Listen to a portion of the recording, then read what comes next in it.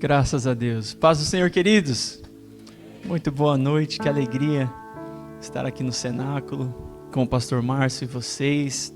É uma honra para mim, todas as vezes que o pastor Márcio esteve lá na Vila Alzira, nós fomos muito abençoados. Eu falei, e essa foi minha oração hoje, eu falei, Pai, que eu possa retribuir sendo também instrumento de Deus lá para a família Cenáculo, para os irmãos do Cenáculo, abençoá-los nessa noite. De mim mesmo, eu não tenho nada de bom, nada que vai mudar a sua vida, mas a palavra dele é poderosa, é viva, ela é eficaz, ela é como uma espada de dois gumes que atravessa o mais íntimo do nosso ser, capaz e apta a discernir os nossos pensamentos e intenções do coração. Então ela é extremamente poderosa, ela é como um martelo que esmiuça a penha, a dureza do nosso coração. A palavra pode resolver isso.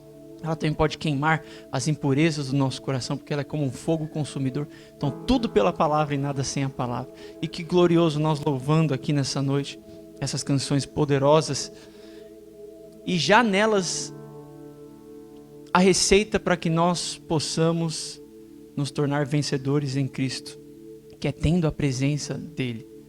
Só um instantinho, por gentileza. Glória a Deus, que canções maravilhosas. E eu penso que Deus gosta muito de pedidos ousados. Tanto é que em todo contexto bíblico, Ele mesmo marcou e registrou na história bíblica diversos pedidos ousados. Eu vou mencionar alguns só para nós nos situarmos. Quero cumprimentar também talvez algum irmão que esteja nos acompanhando online. Que Deus te abençoe e toque você aí onde você estiver, em nome de Jesus. Traga um abraço, pastor Márcio, do nosso pai lá, pastor Campassi, que te ama muito também, viu? Você se lembra do pedido ousado de construir uma arca que Deus fez a Noé? Você se lembra do pedido ousado de Deus a Abraão, que entregasse o seu próprio filho? Você se lembra de Moisés, que Deus fez um pedido ousado, que ele libertasse o seu povo? Josué, que conduzisse o povo na entrada na terra prometida? Há uma viúva de Sarepta, que fizesse primeiro algo para o Senhor e cresce que ela seria provida. A Maria, o pedido de gerar o Salvador.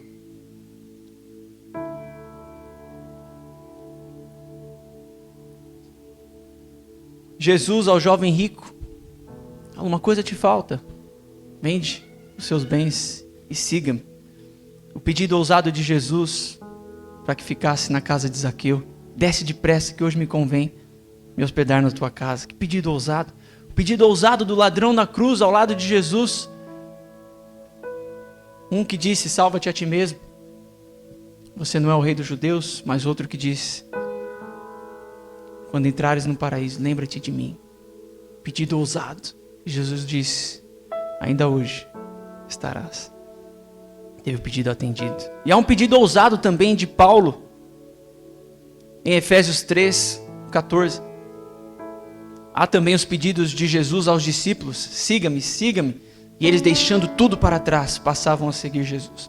Efésios 3:14, há um pedido ousado de Paulo a Deus. Por esta razão ele diz: por causa disso me ponho de joelho perante o Pai de nosso Senhor Jesus Cristo, do qual toda a família nos céus e na terra toma o nome, para que segundo as riquezas da sua glória vos conceda que sejais corroborados, revestidos com poder pelo seu Espírito no homem interior, para que Cristo habite pela fé nos vossos corações, a fim de, estando arraigados e fundados em amor, possam perfeitamente compreender com todos os santos qual seja a largura, o comprimento, a altura e a profundidade, e conhecer o amor de Cristo.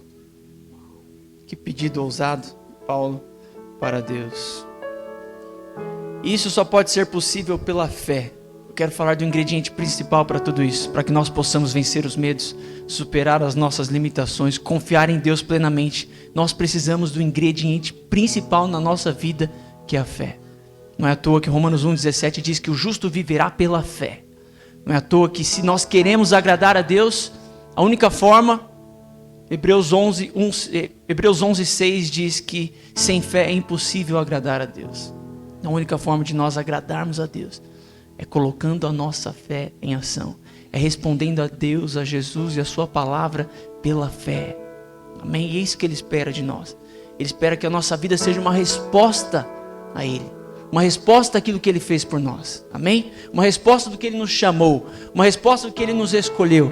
É isso que Ele espera. Por isso que tudo começa nisso, no nós crendo. Romanos 4:2 diz: pois as boas novas foram pregadas também a nós, tanto quanto a eles. Mas a mensagem que eles ouviram de nada lhes valeu, pois não foi acompanhada de fé por aqueles que a ouviram. É preciso fé na palavra.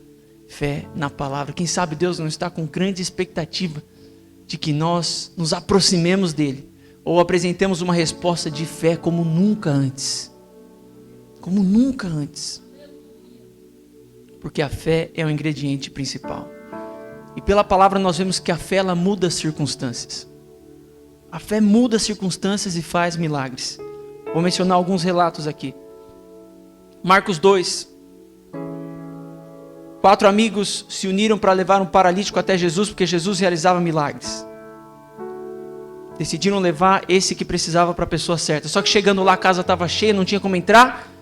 Eles decidiram não desistir, porque eles sabiam que eles precisavam levar aquele paralítico. Aquele paralítico precisava chegar até Jesus. E eles decidem subir pelo telhado, abrir uma abertura e descer o paralítico. Antes de olhar para o paralítico, Jesus olha para aquelas 4, talvez braços ou cabeças que apareceram naquele buraco e disseram: uau, que fé desses homens. Que fé desses homens. E aí nós sabemos que Jesus então salva o paralítico e também cura ele. Mas foi a fé desses homens que tornou esse milagre, trouxe a existência. Porque é a fé que gera o esforço para nós alcançarmos o milagre.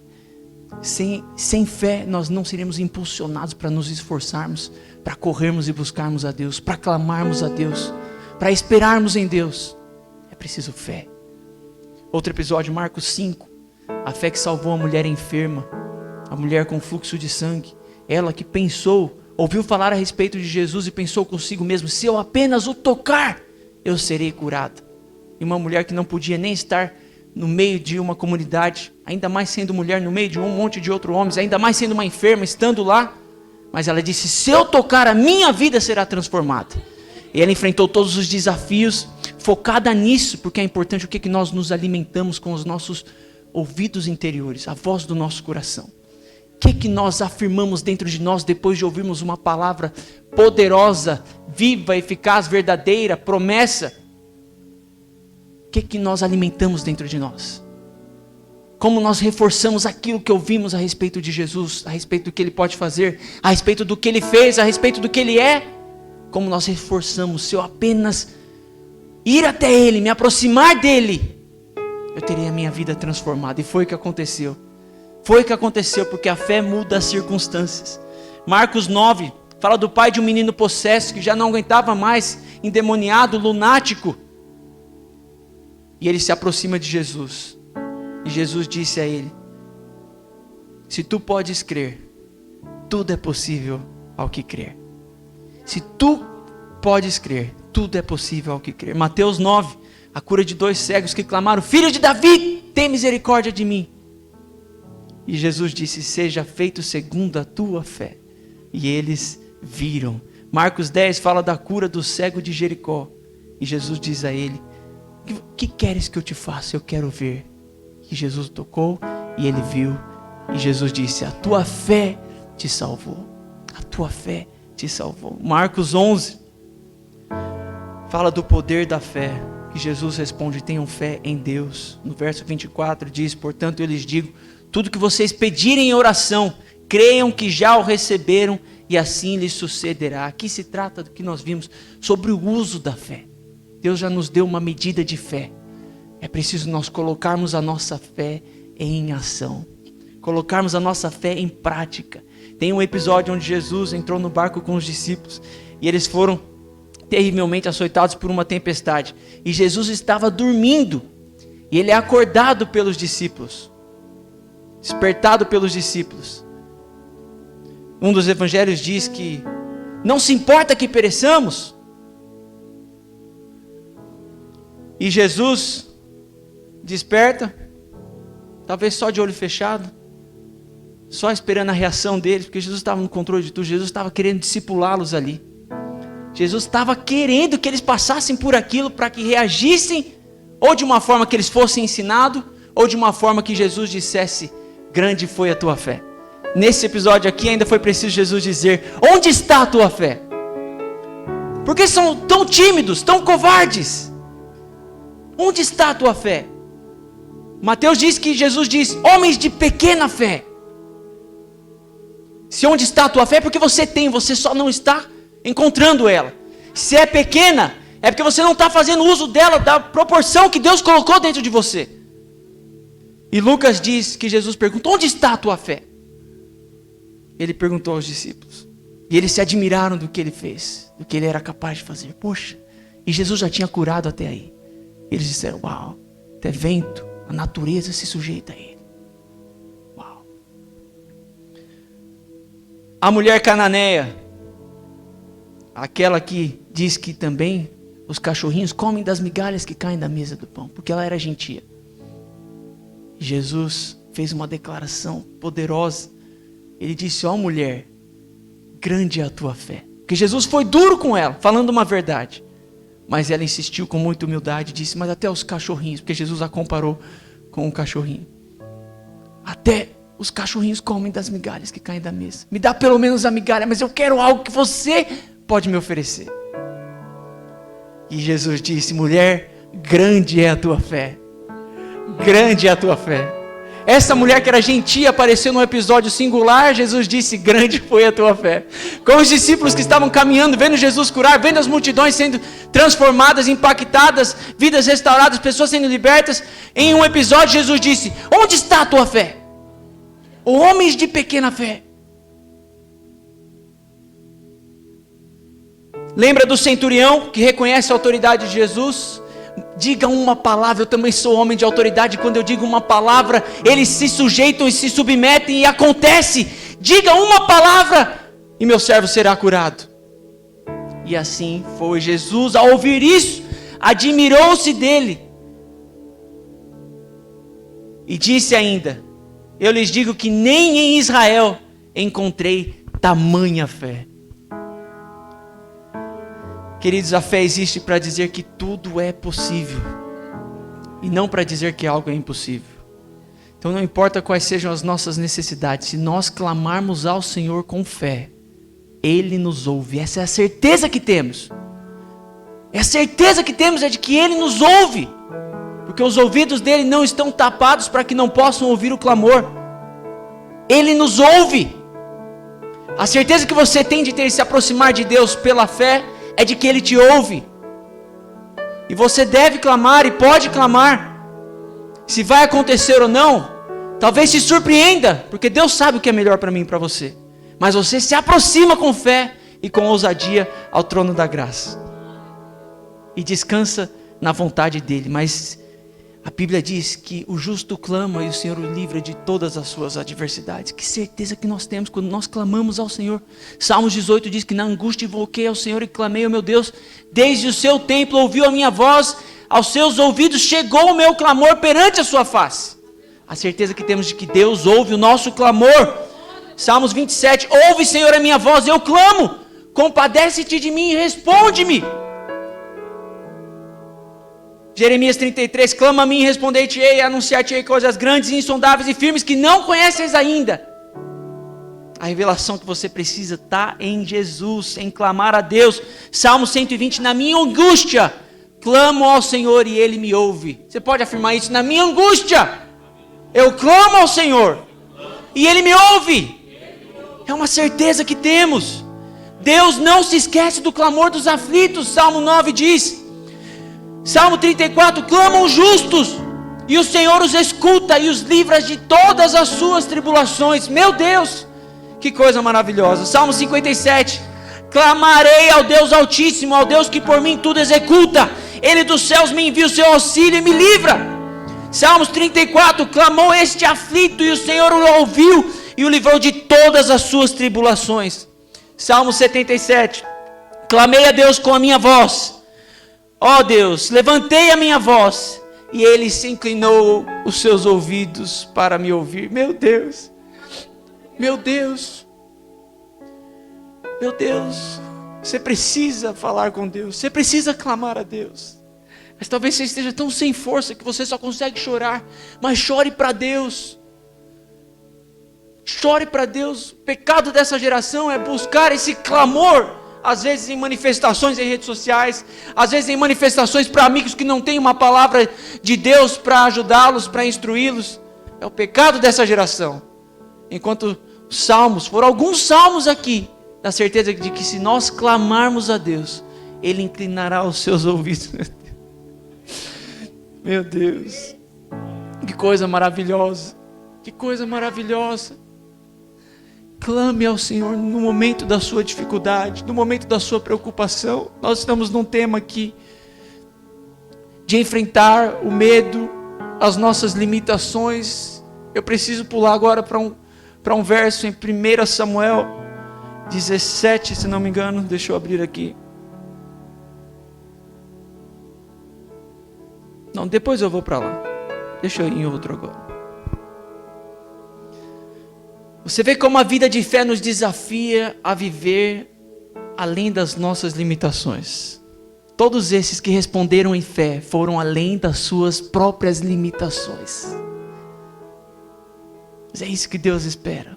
Porque enquanto eu estiver agindo na minha limitação, Deus não precisa estar agindo. Mas quando eu vou até a minha limitação e recorro à ilimitação, ou que é ilimitado, da ajuda de Deus para nós, eu então agrado a Deus, porque envolve fé, envolve dependência. Eu quero mencionar outros 2 episódios que me chamam bastante atenção quanto ao uso da fé e ao também crer na palavra de Deus para que uma circunstância fosse mudada. Que nós precisamos entender que nós não andamos por vista, mas por fé. Enquanto nós decidirmos andar por vista, tudo que nós vemos é tudo que nós temos. Se você decidir andar pelo que você vê, é só o que você vê que você vai ter. Então, às vezes você não está vendo saída, mas se você decide andar por vista, é sem saída que você vai ficar. Mas se você decide andar pela fé, Ele cria uma saída onde não tinha saída. E é isso que nós vamos ver nesse episódio. Em 2 Reis, capítulo 6 e capítulo 7. A situação aqui estava muito difícil. Samaria havia sido cercada por exército inimigo. E por ser uma cidade cercada, eles não tinham como sair para cambiar, sair para buscar mantimentos. Foram se acabando seus recursos, a ponto de, numa tarde, o rei estar andando na parte do muro e ouvir uma mulher clamando angustiada. Ele a princípio parece que não vai dar bola, mas escuta ela, porque ela queria recorrer ao rei para que intervisse a seu favor, porque ela havia tratado com outra mulher. Como eles estavam sem comida, tanto é que eles estavam comendo até animais impuros, porque já estavam sem outros animais. Eles já estavam cobrando caríssimo, até pela pior parte de um animal, para que tivesse que comer. E foi se agravando tanto a coisa, que ela disse: ó rei, eu fiz um acordo com essa mulher, de que ontem comeríamos o meu filho, e hoje comeríamos o dela. Só que ela assumiu, ela não quer cumprir essa parte. E ela ficou angustiada. E isso deixou o rei irritadíssimo. E ele foi atrás de Eliseu, mas para matar Eliseu. Só que Eliseu tinha uma palavra para mudar aquele cenário. Tinha uma palavra para mudar aquele cenário, porque Deus estava no controle. Deus estava no controle, até quando as coisas estão adversas a tal ponto de você perder a cabeça, de não saber o que fazer, e só ver uma saída em recorrer a Deus, que era a figura do profeta. Talvez é isso exatamente que Deus queira. É porque às vezes é uma lição que Deus quer nos ensinar, ou às vezes é a atenção que Deus quer chamar, para que nós recorramos a quem nós devemos recorrer. E Eliseu libera uma palavra, você pode ir no capítulo 7, olha o que ele diz. 2 Reis 6, vocês estão aí no 7. Então disse Eliseu: ouvi a palavra do Senhor. Assim diz o Senhor: amanhã, quase a este tempo, uma medida de farinha haverá por 1 ciclo, e 2 medidas de cevada por 1 ciclo, à porta de Samaria. A olhos naturais, isso não tinha como acontecer. Mas era uma palavra profética.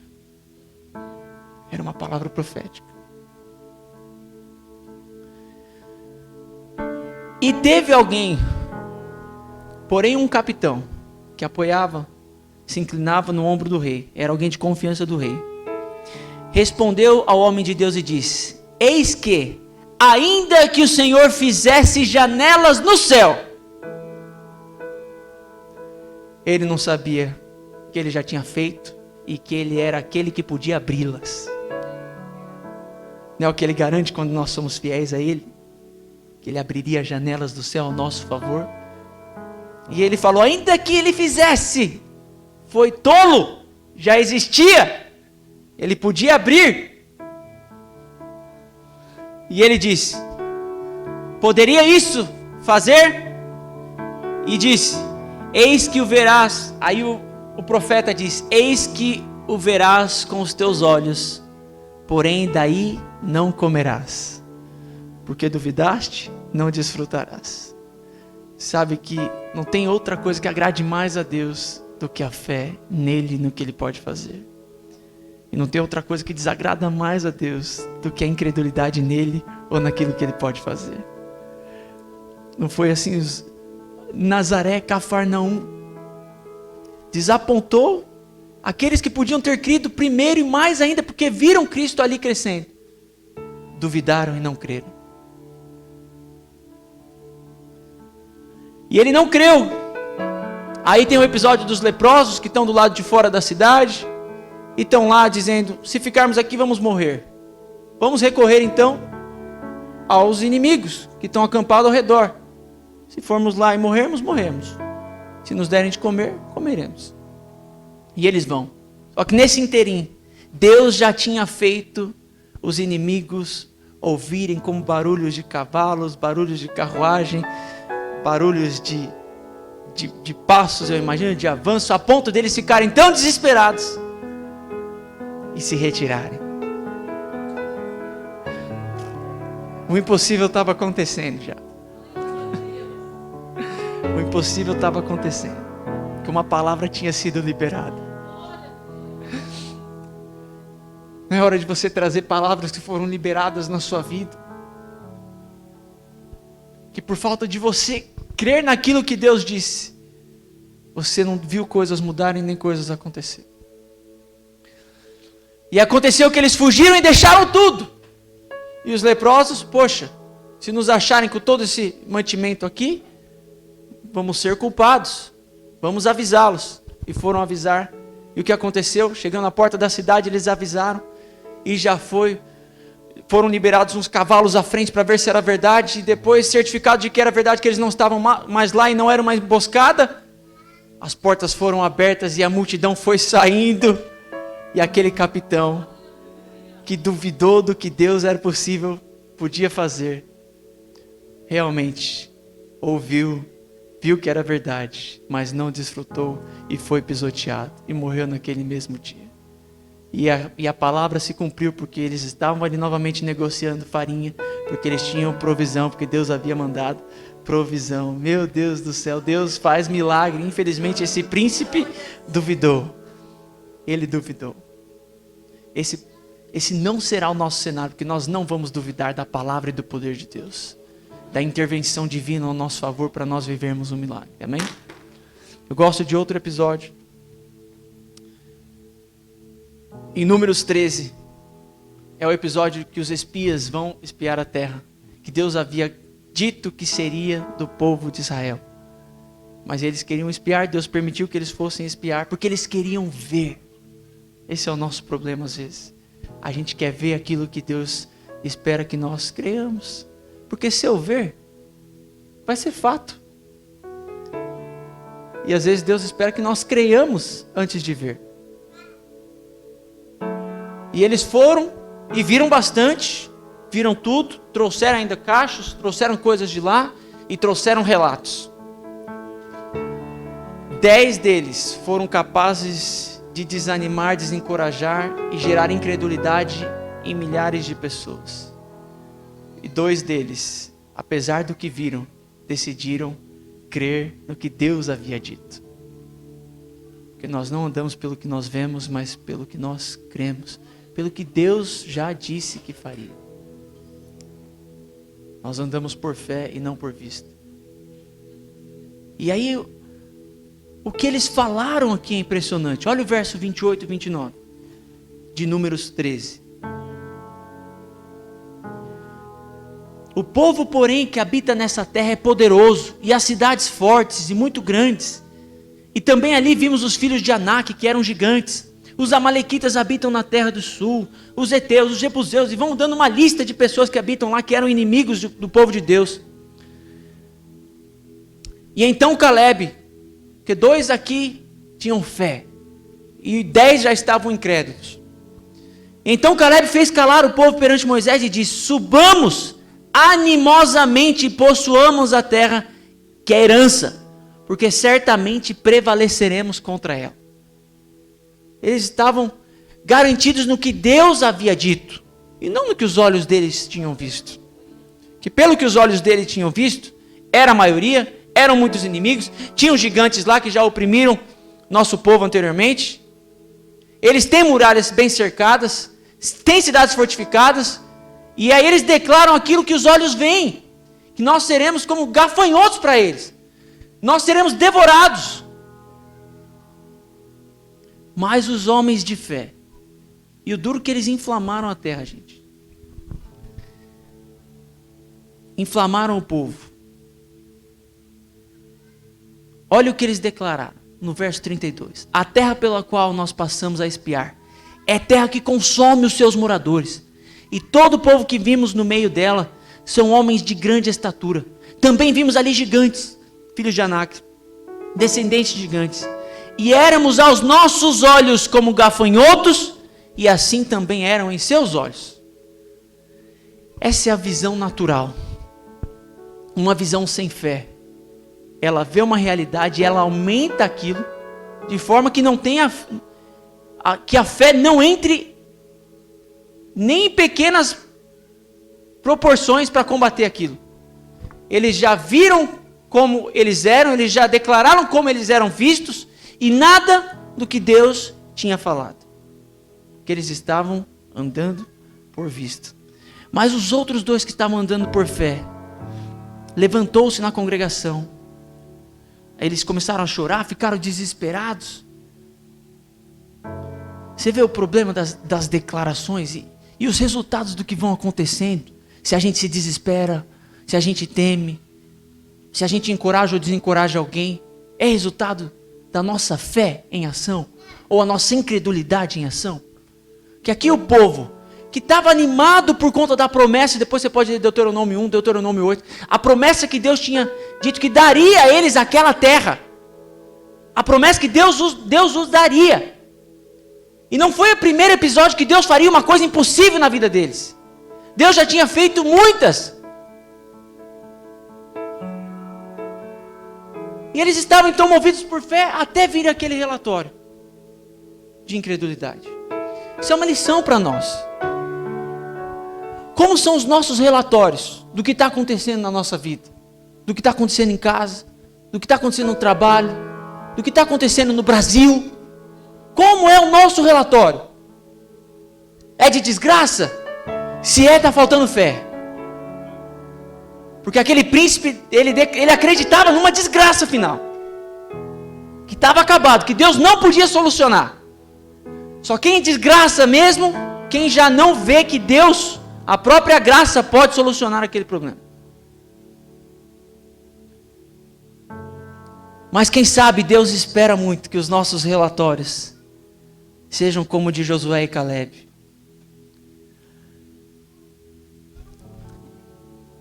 Olha só, aí está no 14 já. E Josué e Caleb, que espiaram a terra, eles rasgaram as suas vestes, clamaram a Deus. E eles declararam o seguinte, verso 8. Abre aí para você ver.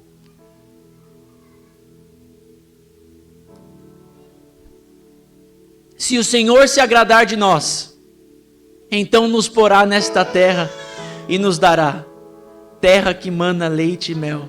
Poxa vida, meu Deus, eles trouxeram eles tinham em mente aquilo que Deus tinha dito lá atrás.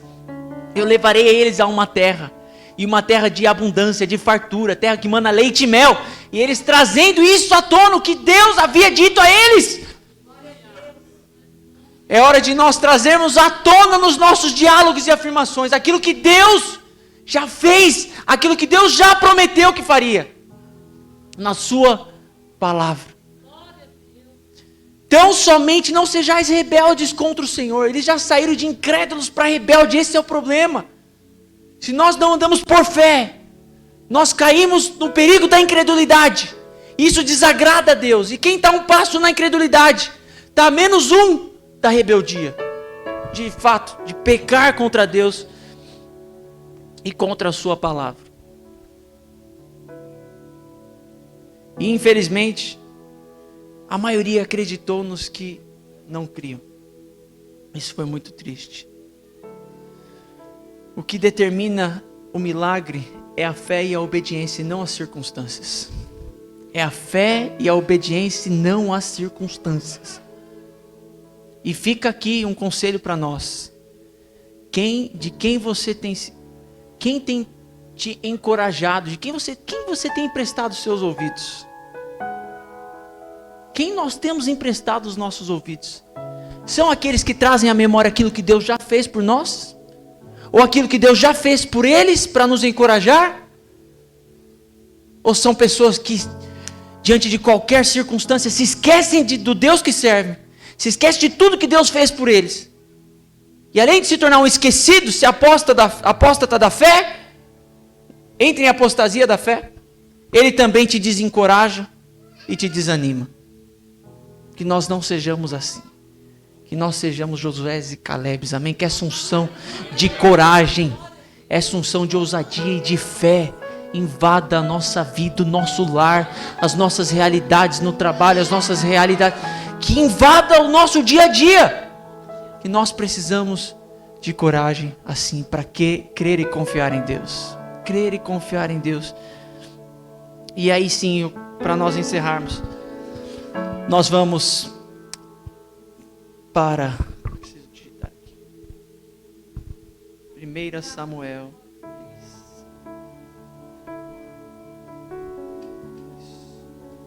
Por favor, 1 Samuel 17, verso 37.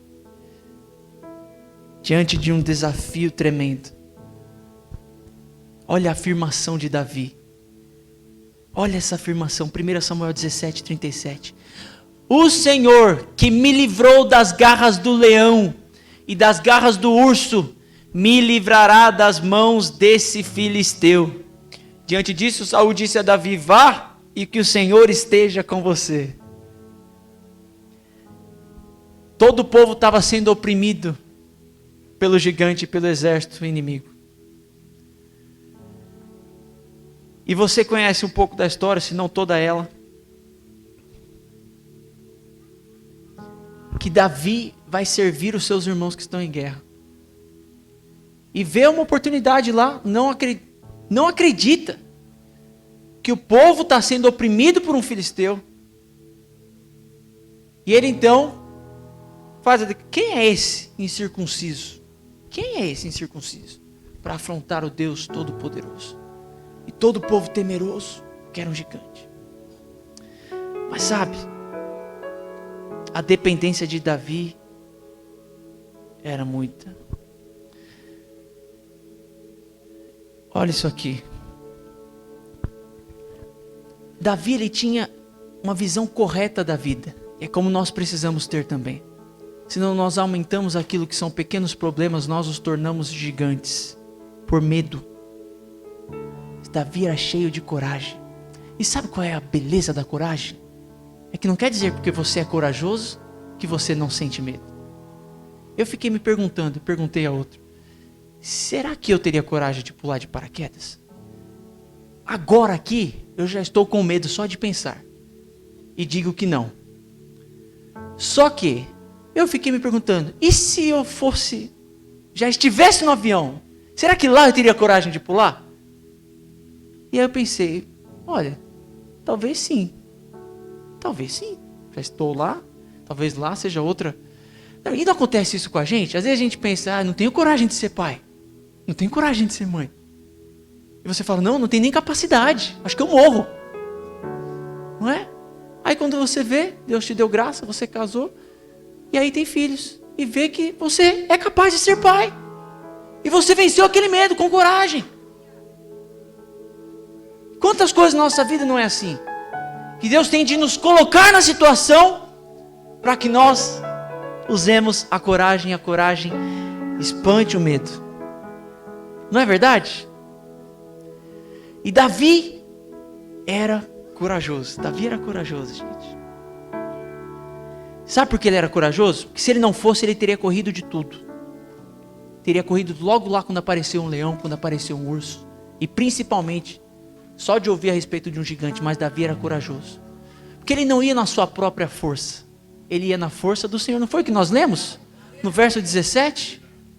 Eu vou voltar aqui para ler com você, ó. O Senhor me livrou das garras. Foi Ele quem agiu. Mas Deus o livrou. Deus o deu força para fazer. Não é? E às vezes a gente fica esperando o quê? Que coisas saiam da nossa vida sem que nós a enfrentamos. Sabe que Josué venceu 31 reis. E nós focamos muito no resultado final, onde Deus, porque o povo deu as voltas, obedeceu a Deus, Deus fez a muralha toda sucumbir. Mas Josué, até chegar nesse ponto, enfrentou todos os reis e inimigos anteriores e foi vencedor. Porque tem coisas que nós vamos precisar enfrentar. E Deus nos dará a vitória. Deus nos dará a vitória. Então a nossa oração deve ser, Senhor, dá-me a força necessária para enfrentar isso. Dá-me a graça necessária. Senhor, dá-me a habilidade necessária.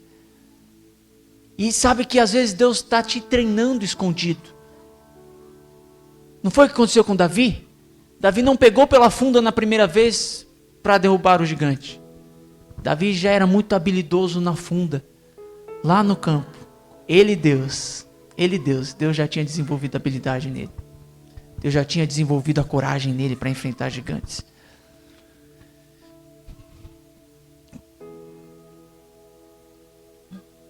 E isso é importante. Davi nunca chamou Golias de gigante. Por 2 vezes ele chamou de incircunciso. E por 5 vezes de filisteu. Sabe por que disso? Porque Davi não superestimava o seu inimigo, o seu problema. Davi tinha certeza de que maior era o que estava com ele do que o que estava contra ele. E é o que Paulo diz, maior é o que está em nós do que o que está no mundo. Que certeza nós temos que Davi tinha. Ele não superestimou o desafio dele. Enquanto os israelitas fugiam de medo e diziam, vocês viram aquele homem, aquele gigante? Davi dizia, quem é esse filisteu incircunciso para afrontar os exércitos do Deus vivo? Olha as afirmações de quem tem fé, gente. É para você ir refletindo aí sobre as suas próprias afirmações e dizer, será que eu estou parecendo mesmo com um homem, uma mulher de fé? Ou ainda preciso dessa graça? Dos relatórios dos espias, eles diziam assim, ó, não podemos atacar porque aquele povo é mais forte do que nós. Nós lemos que a terra, eles diziam, a terra que devora os seus moradores, são povos gigantes, nós éramos como gafanhotos. Mas Josué e Caleb diziam, não tenham medo, como pão o podemos devorar. Olha que interessante, quando um se vê pequenininho diante de um desafio e sem chance de sobrevivência, Outros veem, esse virá e nós sairemos ainda satisfeitos e devoraremos como um pão. Era a visão que eles tinham, gente. Era a visão. E essa dependência de Davi é para nos dizer que nós também não estamos sozinhos. Quando Davi estava sozinho, venceu os gigantes, venceu os desafios gigantes da floresta, a força que era o leão, a altura e a força que era o urso. Mas ele não estava sozinho. Isso é para nos lembrar que nós também não estamos sozinhos.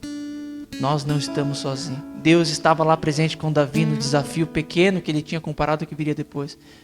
Deus estava com ele, estava preparando ele para algo que ele enfrentaria mais à frente. Às vezes você se pergunta, por que Deus permite eu enfrentar esse desafio? Por que Deus me permite passar por isso? Poxa, eu estou aqui cuidando das ovelhas, Deus não está vendo?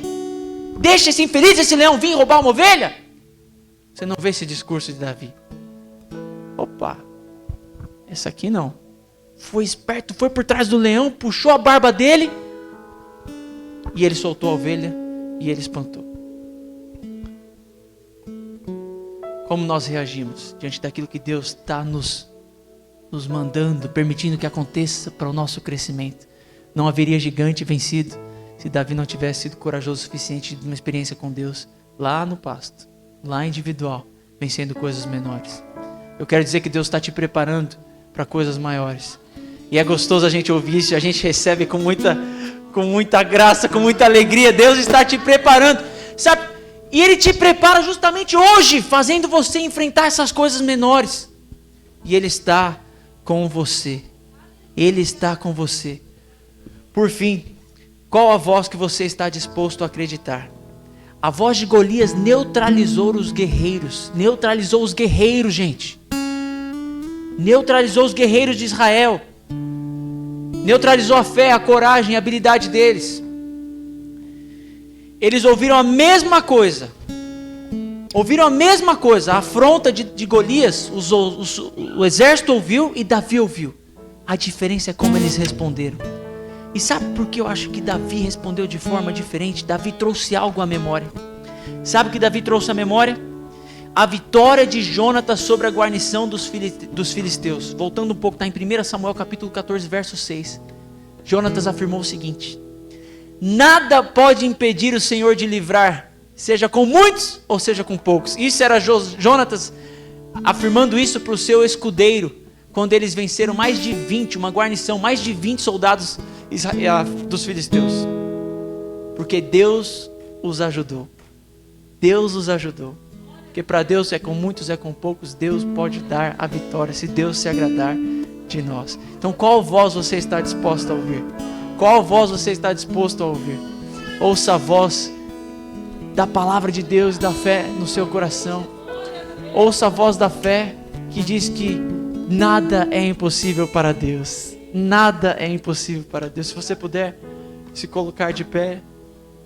Tudo bem, pastor? Orarmos? E depois nós já vamos louvar aqui. Aleluia. Feche seus olhos, coloque a mão no seu coração. Pai, a sua palavra é poderosa. Nós amamos a sua palavra. Mas ela diz também que bem-aventurados são aqueles que ouvem e guardam. Que aqueles que ouvem e guardam os seus mandamentos são aqueles que te amam. Pai, nós não queremos ser como ouvintes esquecidos, como homem que se olha no espelho e logo se esquece do que viu. Pai, nós queremos guardar a tua palavra, nós queremos amar a tua palavra, justamente para os momentos que ela se fizer mais necessária, onde nós precisamos ser despertados na fé, encorajados. Ajuda-nos, Senhor, ajuda-nos. Talvez há pessoas aqui que começaram como Pedro, num grande passo de fé, mas por algum momento tiraram os olhos do autor e consumador da fé, dos olhos de Jesus e da sua palavra, e olharam as circunstâncias ao seu redor. Pai, em nome de Jesus, que eles hoje, nessa noite, como nós falamos aqui, que o Senhor tem os seus ouvidos inclinados para aqueles que clamam a Ti, que assim como Pedro, ao começar a afundar, clamou a Jesus, estendeu a mão e Jesus os socorreu. Que eles façam assim nessa noite, para que em segurança possam ser conduzidos para dentro do barco, e assim saibam que Jesus está pronto para socorrê-los, pronto para ajudá-los, porque o Senhor está conosco. O Senhor está conosco, nós somos teus, Nós não somos de nós mesmos, nós não estamos sozinhos. Os teus olhos estão sobre nós, Pai. Nós estamos cercados de bondade e de misericórdia. Nós sabemos que o Senhor dá ordem aos seus anjos para nos guardar. Em nome de Jesus, Pai, tragas de volta essas promessas, essas garantias que a tua palavra nos dá. Enche os nossos corações dela. Enche-nos de fé para que possamos agradar ao Senhor, honrar ao Senhor, surpreender ao Senhor, em nome de Jesus, porque o Senhor se agrada de pessoas cheias de fé. Que seja assim, que o Senhor nos ache cheio de fé, honrando e crendo na tua palavra e no que o Senhor diz e pode fazer por nós. Em nome de Jesus eu declaro que seja um tempo de grandes milagres na vida dos teus filhos, que eles testemunhem o fruto da fé, o fruto do que o Senhor pode fazer, o fruto do resultado, o resultado do que o Senhor pode fazer quando depositamos a nossa confiança no Senhor, ainda que não haja saída, ainda que as circunstâncias sejam desfavoráveis, porque o Senhor pode todas as coisas, não há nada impossível para ti. Eu encerro dizendo que tudo podemos naquele que nos fortalece, em nome de Jesus. Amém? Glória a Deus.